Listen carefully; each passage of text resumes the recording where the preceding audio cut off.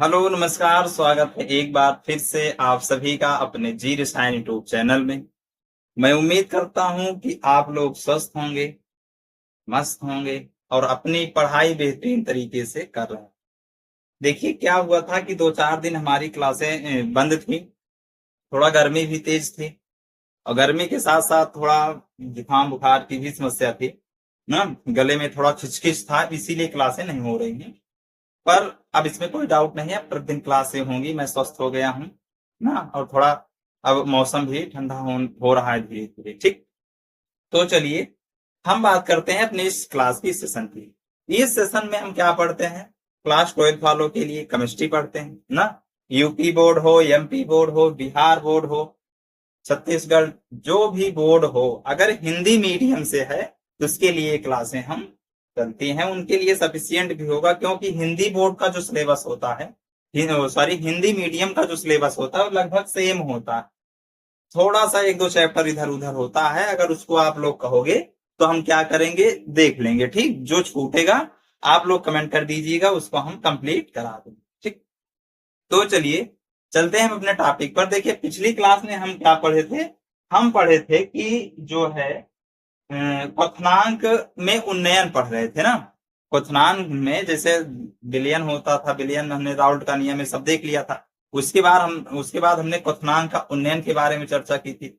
और क्वथनांक के उन्नयन में थोड़ा सा हम पिछली वाली अपनी क्लास पे जाएंगे, ताकि हम रिलेट कर सकें कि हमें आगे या नेक्स्ट में या अभी जो वर्तमान में पढ़ रहे हैं वो पिछले को रिलेट कर लेंगे, तब आसान हो जाएगा कि हमें। क्योंकि कुछ लोग होते हैं जो आज पहली बार जुड़ रहे हैं हमसे, कुछ लोग कल से जुड़े होंगे या पहले से जुड़ रहे होंगे, तो उनके लिए थोड़ा आसान हो जाएगा। ठीक, तो चलिए हम अपने सेशन पे चलते हैं।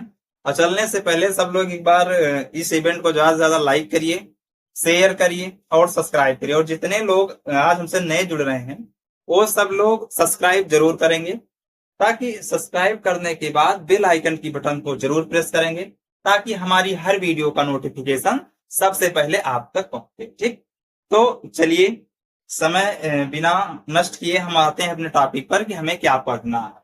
देखिए हम क्या पढ़ रहे थे? क्वथनांक में उन्नयन। क्या पढ़ रहे थे? अगर हम पढ़ने की बात करें तो पिछली वाली कक्षा में, पिछले वाले लेक्चर में हमने क्वथनांक के उन्नयन के बारे में पढ़ा था ना।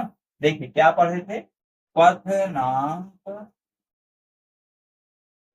सॉरी, क्वथ बटेगा क्वथनांक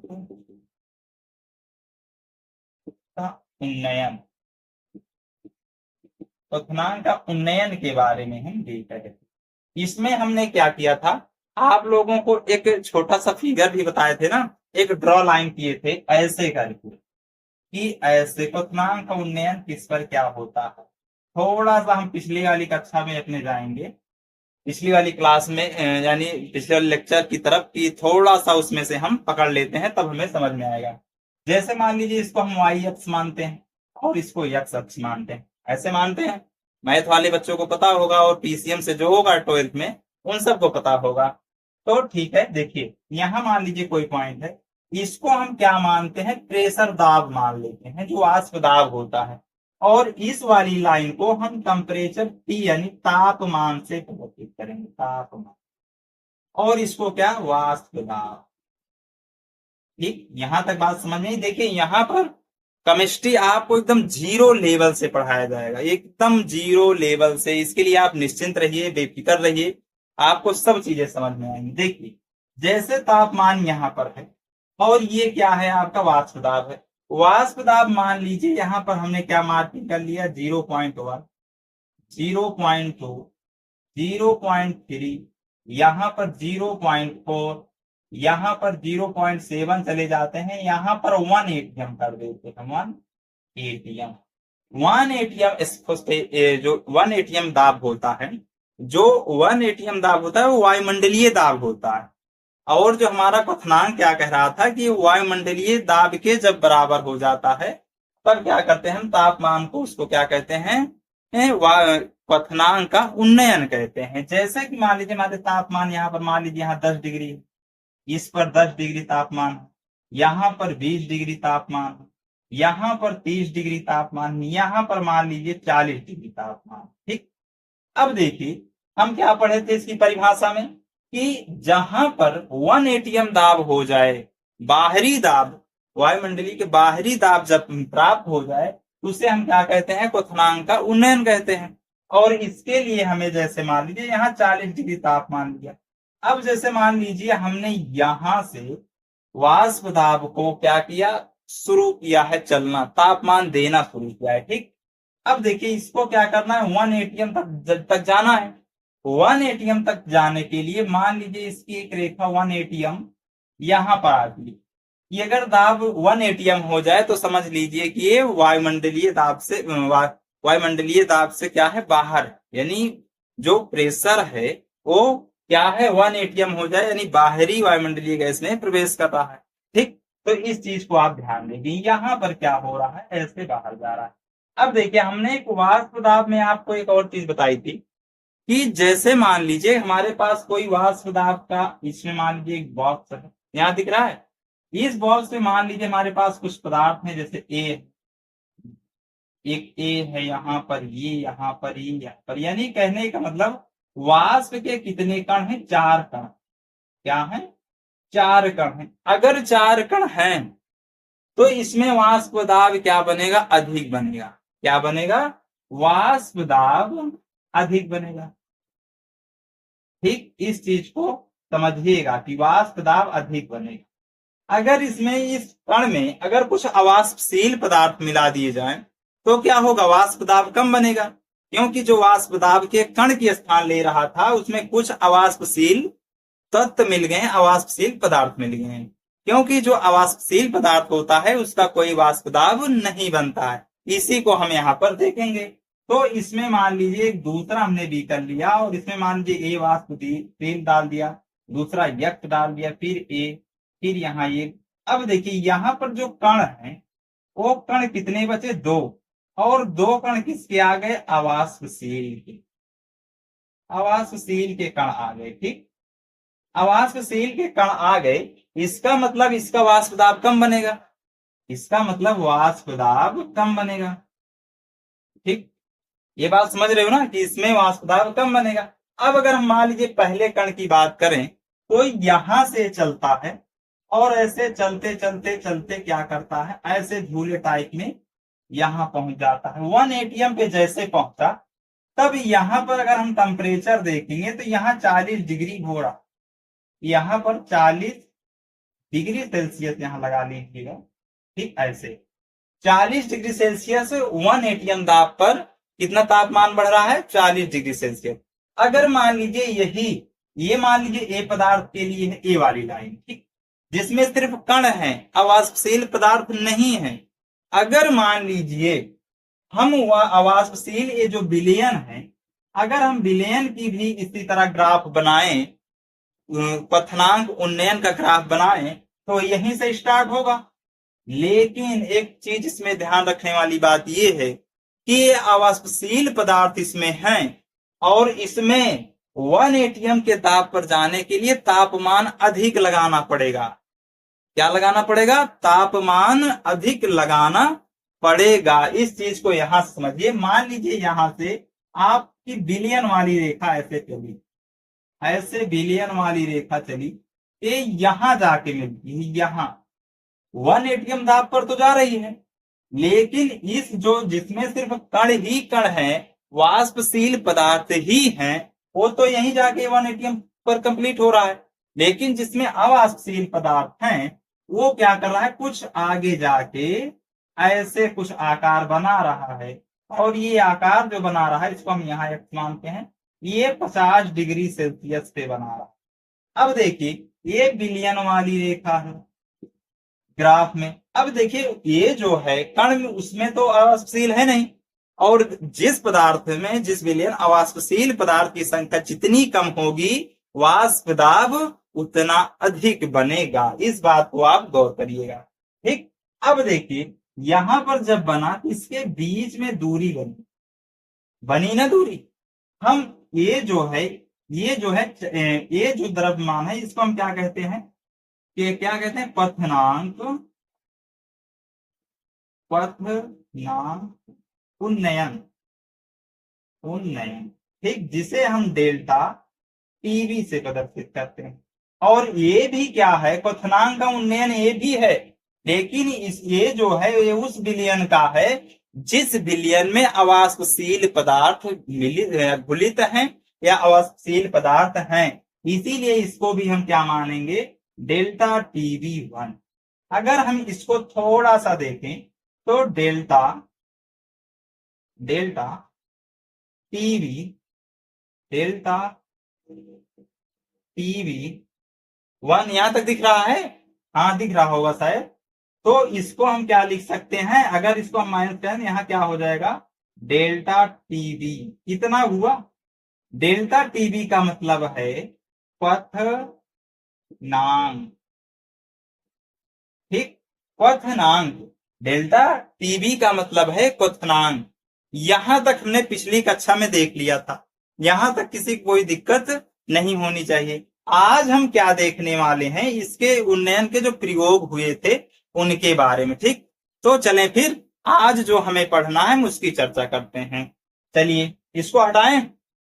अच्छा नोट करोगे क्या, नोट तो हम कल बताए थे ना, पिछली वाली कक्षा में जाके इसको आप देख सकते हैं, पिछली वाली क्लास में ये है सब। इसको सिर्फ थोड़ा सा रिलेट करने के लिए कि डेल्टा टीवी कहां से आया, इसीलिए इसको हम यहाँ पर लिए थे। ठीक, चलिए इसको अब हम हटा रहे हैं। समझ में तो आ रहा है ना, समझ में आएगा। आप लोग थोड़ा सा और अपनी तरफ से एक्स्ट्रा जोर लगाओगे तो सब समझ में आएगा। ठीक, पर जोर लगाना पड़ेगा। देखिए अब यहां पर क्या आ गया, क्वथनांक का उन्नयन उन्नयन उन्नयन डेल्टा टीवी। ठीक, अब देखिए एक प्रयोग में क्या पता चला कि जैसे मान लीजिए, जैसे मोलरता मोल लेते हैं, 1 मोल लेते हैं, जैसे 1 मोल लेंगे वैसे क्वथनांक उन्नयन का मान बढ़ता है।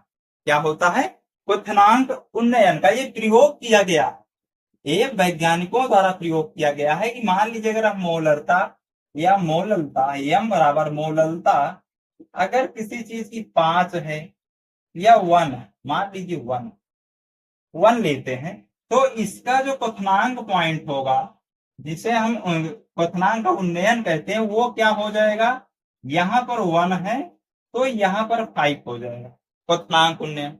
अगर मान लीजिए यहाँ 2 है तो यहाँ 10 हो जाएगा, यहाँ 3 है तो यहाँ 15 हो जाएगा, यहाँ 4 है तो यहाँ 20 हो जाएगा। ऐसे क्या हो रहा है, बढ़ता चला गया क्रम, ये क्रम जो है ऐसा बढ़ता चला गया।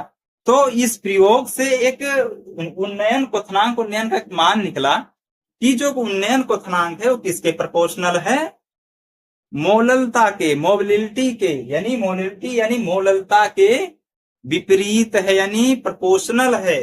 कहने का मतलब प्रयोग से ही पता चला कि जो डेल्टा टीवी ये प्रोपोर्शनल किसके है, यम के।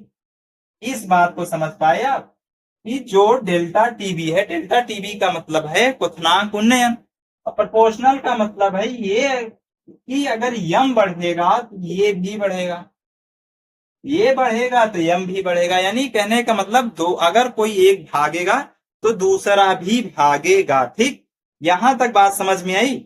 अब देखिए जब हमने क्या किया, यहां तक तो बात समझ में आई। ठीक, कैसे बढ़ रही है, अब इसको हम हटाते हैं, ये जो हमारे पास प्रोपोर्शनल है इसको हटाते हैं। ठीक, जब हमने इसको हटाने का प्रयास किया, यहां पर डेल्टा टीवी प्रोपोर्शनल में इक्वल हो गया, प्रोपोर्शनल के स्थान पे इक्वल हो गया। अब यहां पर हम एक लेते हैं स्थिरांक, क्या लेते हैं, स्थिरांक लेते हैं, और स्थिरांक मोल का होना चाहिए, स्थिरांक मोल का होना चाहिए, क्योंकि यहाँ प्रोपोर्शनल है, इसको हटाएंगे तो स्थिरांक लेंगे। अब यहां पर हम केवी और यहाँ यम, ठीक, इसलिए क्योंकि हमने प्रोपोर्शनल को हटा दिया। क्या हटा दिया, प्रोपोर्शनल को हटा दिया। और अगर यहीं पर अब कुछ लोग पूछें केबी का मान क्या होता है, तो केबी का मतलब होता है स्थिर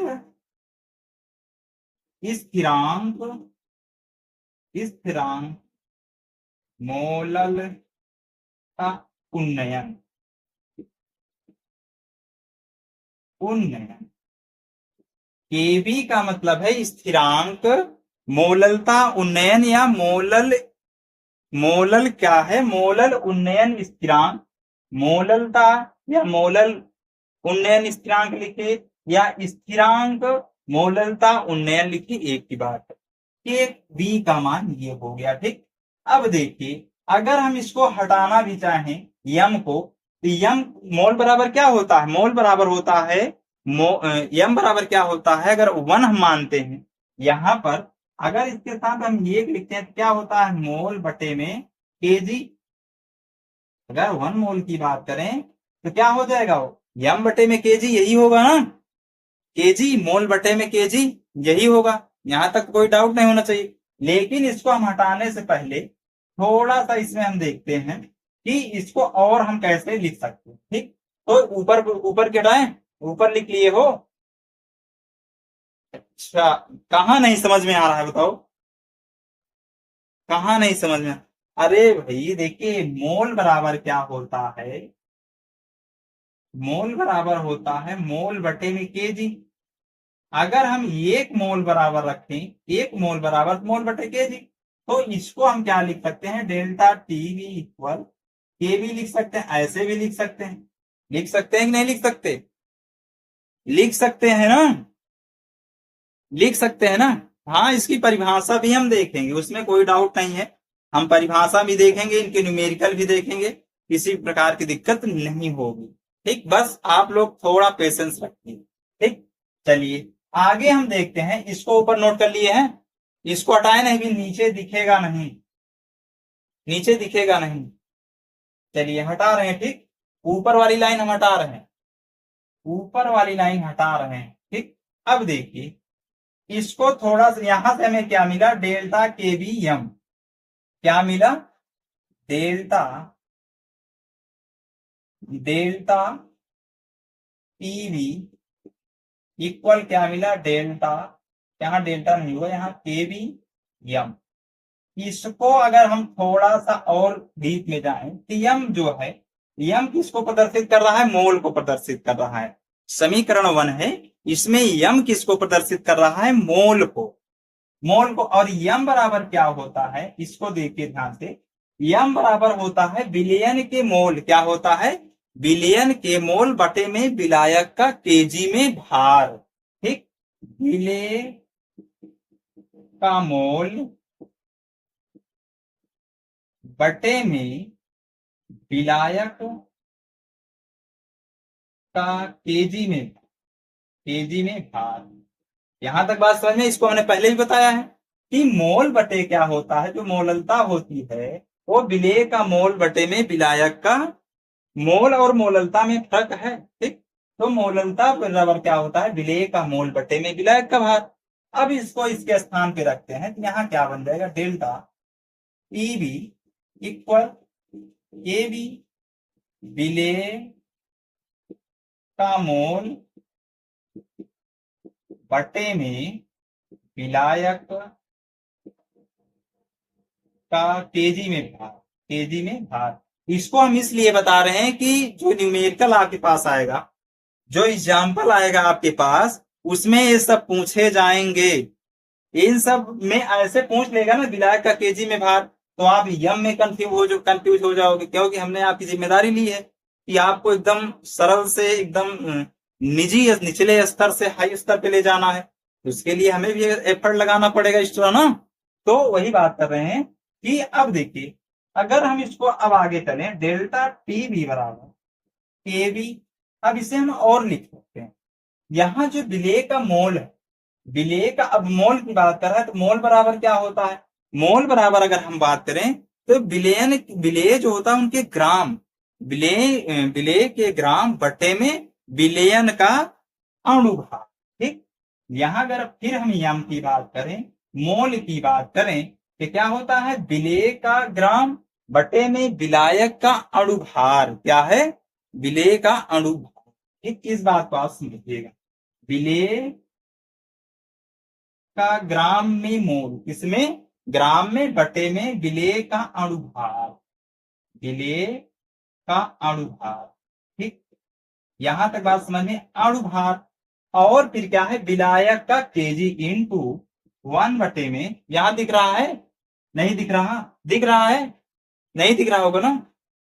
चलिए हम थोड़ा सा इसको और इधर लिखते हैं, यम बटे में विलेय का ग्राम में भार बटे में विलेय का अणुभार, अणुभार इंटू 1 बटे में विलायक का केजी में, विलायक केजी में भार। यहां से लिख दे रहे हैं, इसका मतलब समझ लीजिएगा कि विलायक का केजी में भार है, विलायक का केजी में भार है। अब इसको जब इस पर रखेंगे कि यहां क्या हो जाएगा, विलेय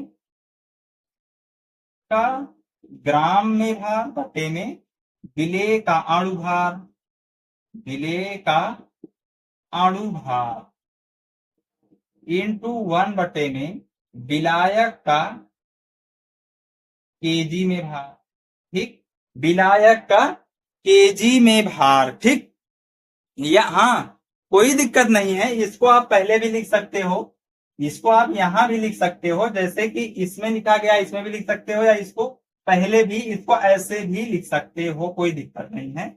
विलेय, विलायक, विलायक का ग्राम में, केजी में है, केजी में, और यहां विलेय का अणुभार, विलेय का अणुभार। इस तरह भी आप लिख सकते हो, आप स्वतंत्र हो, आप स्वतंत्र हो, इसको किसी भी तरह से लिख सकते हो। अब देखिए, इसको लिखने के बाद अब देखिए एक सूत्र और बना, डेल्टा टीबी इक्वल टू केबी।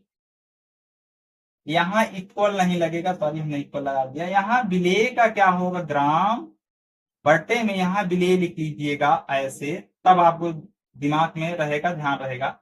यहां पर केजी में क्या हो जाएगा, विलायक, विलायक इंटू 1 बटे में यहां यम लिख सकते हो। ये आपका जो सूत्र है, इस सूत्र से आप न्यूमेरिकल हल कर सकते हो। सेम इस पर, इस वाले में तो आपको दिक्कत होगी, आप फंस जाओगे। जो जो बच्चे केमिस्ट्री कभी नहीं पढ़े वो इस वाले में फंस जाएंगे, लेकिन इस वाले फार्मूले से आप नहीं फंसोगे। ठीक, अच्छा, यम का मतलब होता है अणुभार, यम का मतलब होता है विलेय का अणुभार, हम लिख दे रहे हैं विलेय का अणुभार। ठीक, यहां तक बात समझ में आई। यम का मतलब क्या है, विलेय का अणुभार। टीबी मतलब डेल्टा, टीबी मतलब है क्या है, क्वथनांक का उन्नयन। केबी मतलब क्या है, केबी मतलब ये है कि जो मोललता का स्थिरांक उन्नयन है उसे हम केबी से प्रदर्शित करते। ठीक, यहां तक बात समझ में आई, यहां तक बात समझ में आई हो तो आगे हम चलें। अब देखते हैं मोलल उन्नयन के स्थिरांक की जो परिभाषा थी। ठीक, इसको आप यहां तक नोट करिए, थोड़ा हम पानी पी लेते हैं, तब तक आप इसे नोट करिए। ठीक,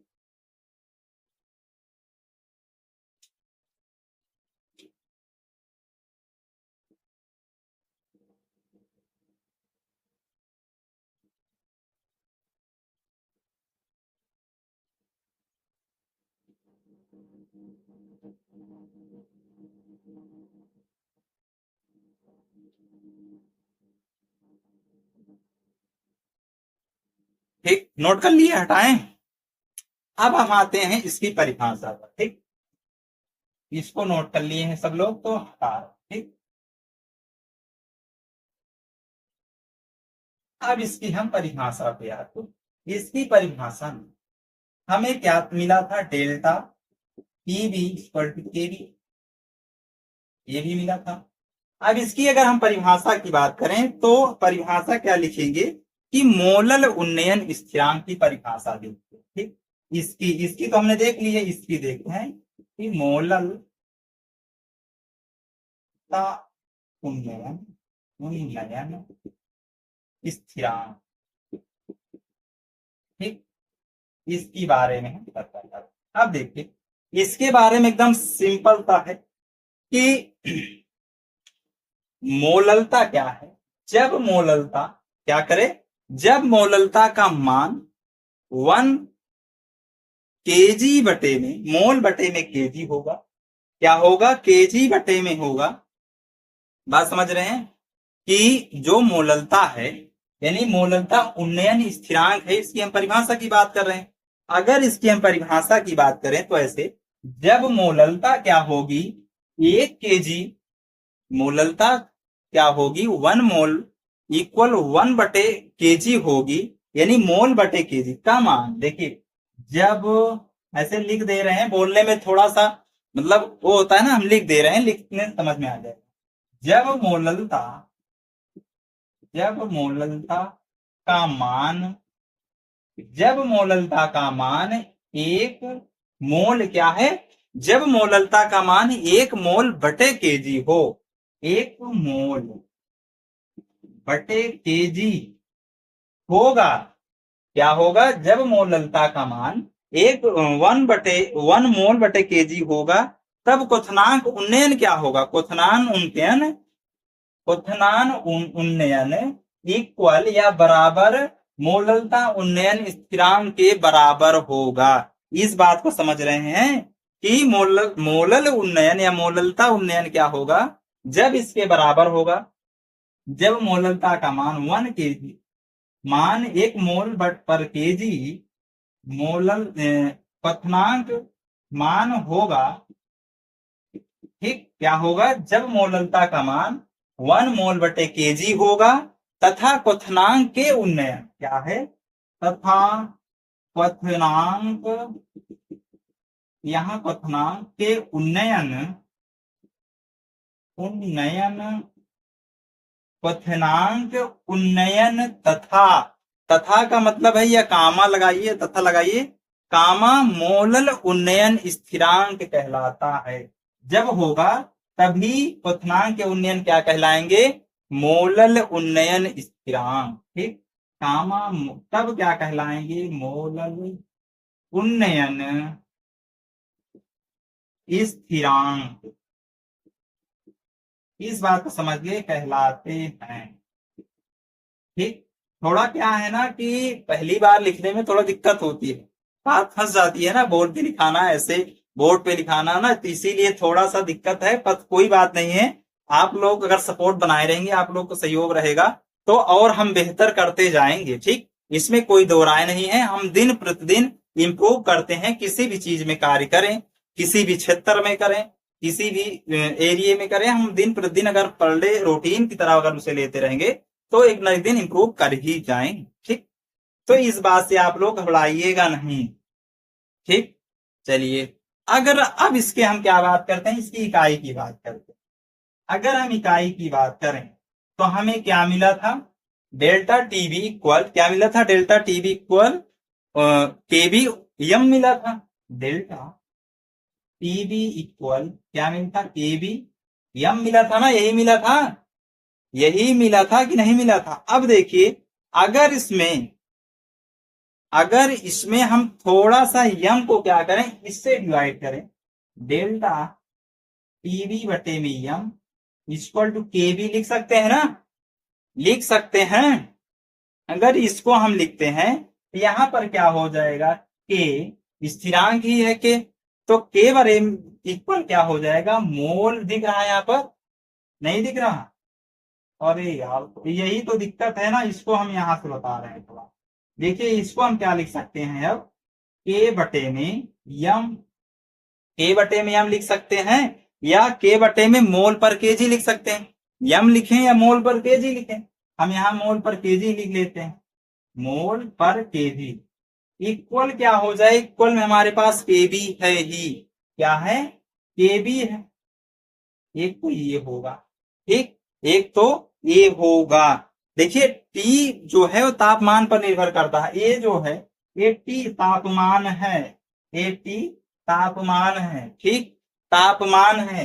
इसको हम केल्विन भी, तापमान को क्या लिख सकते हैं, तापमान को केल्विन के से भी प्रदर्शित कर सकते हैं, इसीलिए डेल्टा टीवी को हम क्या किए हैं, यहाँ पर के रखे हैं, के रखे हैं, केल्विन है, ये के स्थिरांक नहीं है, एक के जो है केल्विन है। इस बात को आप ध्यान दीजिएगा, के क्या है, केल्विन है, ये जो के है यहां पर, ठीक।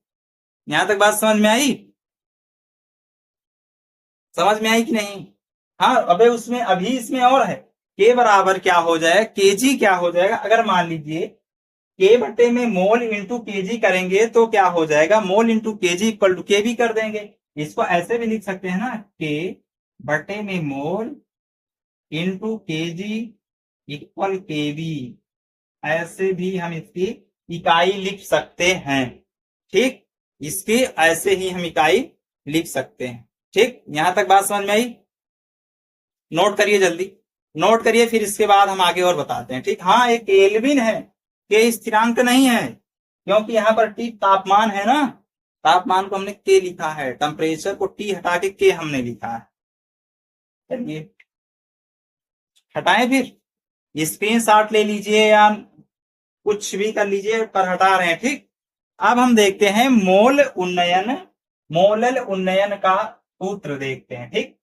ऊपर से हम हटा रहे हैं, ऊपर से। यहां पर क्या देखेंगे हम, मोलल उन्नयन का सूत्र। अगर हम सूत्र की बात करें, कुछ है नहीं, सूत्र में कुछ है ही नहीं, उसी को सिर्फ लिखना है बस।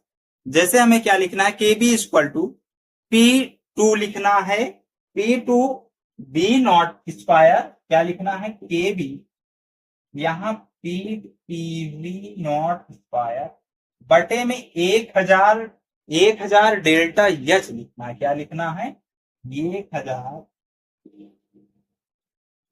डेल्टा एच, ठीक। इतना लिखना है बस, इतना लिखना है। के बी बराबर क्या लिखना है, P T V not square 1000 अपान में लिखना है 1000 डेल्टा एच, यहाँ पर यम भी लगा देना, ठीक। ये हुआ हमारा सूत्र,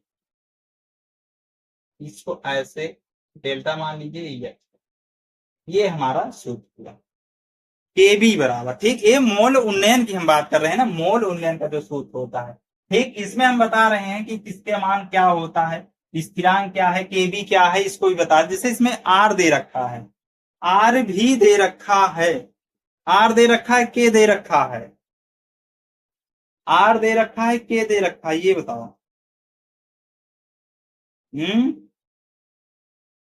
आर दे रखा है कि के?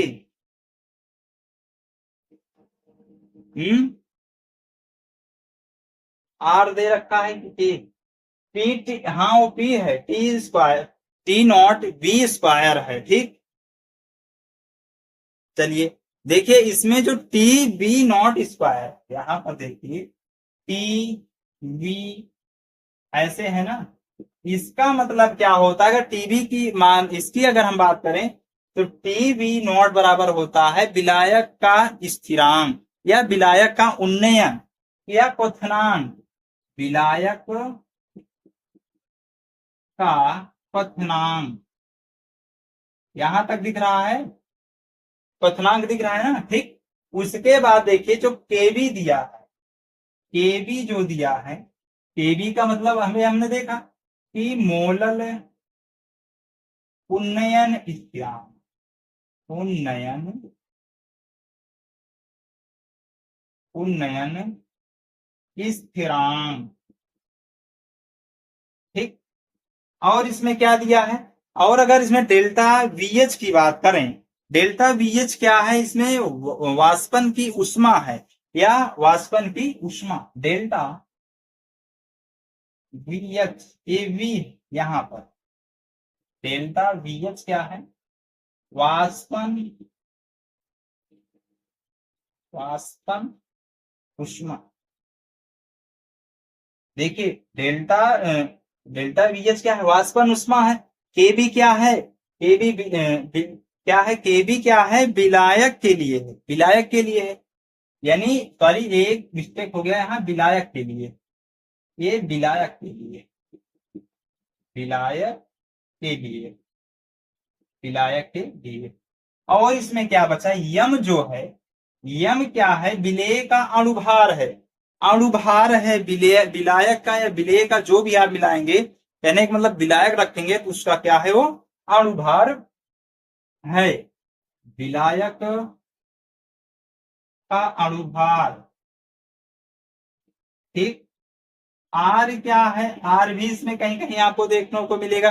तो आर क्या है, गैस स्थिरांक है, जो 0 पॉइंट करके 96,400 करके आता था ना कूलाम में, अगर देखोगे तो ये क्या है, गैस स्थिरांक है, गैस स्थिरांक, ठीक। गैस स्थिरांक, इसमें तो सब मिल गया। अब कोई दिक्कत तो नहीं होनी चाहिए, अब कोई दिक्कत दिख नहीं रहा है क्या? दिख तो रहा होगा यार, यहां तक दिख रहा है। देखिए अगर इसमें कट जाए जो भी, तुम आप लोग कमेंट करके बता दीजिए कि कौन सा कट गया है, उसको हम दोबारा बता देंगे, ठीक। क्योंकि हमारे पास डबल स्क्रीन है नहीं।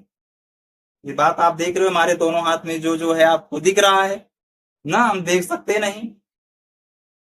चलिए, हाँ दिख रहा है, दिख रहा है, दिख रहा है, ठीक। तो चलिए आज की, अब हम आज की क्लास को हम यहीं तक रखते हैं, ठीक। देखिए मेहनत करिए, व्हाइट बोर्ड और डिजिटल बोर्ड से कुछ नहीं होता है। पढ़ने के लिए आपके अंदर आत्म में जुनून होना चाहिए, आत्मविश्वास होना चाहिए, आप कुछ भी कर सकते हैं, ठीक। चलिए, चलिए तो आज की क्लास को हम यहीं तक रखते हैं, मिलते हैं नेक्स्ट वाली क्लास में, तब तक के लिए